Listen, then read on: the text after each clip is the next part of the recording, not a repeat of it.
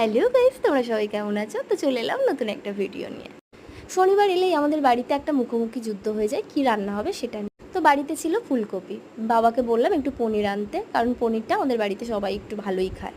তো তার জন্য ফুলকপি পনিরের রোস্ট করে ফেললাম, ডাল হয়েছিল আর উচ্ছে আলু ভাজা ছিল। আর এদিকে হচ্ছে এটা পেখমের খাবার।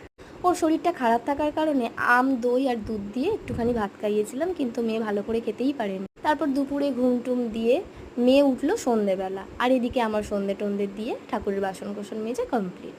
তারপর নিয়ে বসে পড়লাম চা আর আমাদের এই যে আটকড়িয়া ভাজা নিয়ে। তারপর চাটা খেয়ে বসে পড়লাম পেখমের স্কুলের কাজ নিয়ে। তো পেখম এখানে কালার করছে, আর এদিকে আমার এক ননদ কাকে এনেছে দেখো, কি সুইট একটা বিড়াল, পুচকু একদম, আর চোখগুলো দেখো কি সুন্দর। তারপর দিদি ওকে নিয়ে চলে গেল, আর আমি আর পেখম এলাম টিভি দেখতে টিভির ঘরে। তো দেখো এই ঘরে না এত গরম, আমরা ঢুকতেই পারি না, তাই